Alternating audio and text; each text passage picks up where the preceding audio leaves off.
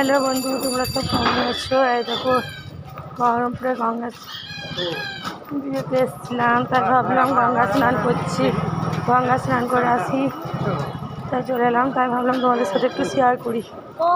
এই দেখো চললাম, রাস্তাতে হাঁটছি এখন সবাই মিলে। না এখন হাঁটছি রাস্তায়। বহরমপুরে কত সুন্দর সুন্দর দোকান, অনেকটা হেঁটে হেঁটে গঙ্গা ঘাটে স্নান করবো বলে চলে এলাম। আর একটু পরেই গঙ্গা ঘাট। এই দেখুন গঙ্গা ঘাট, চল নাম নাম না, চলে এলাম। দেখে যান, ভালো না খারাপ না দেখে আসছে না মন্দির।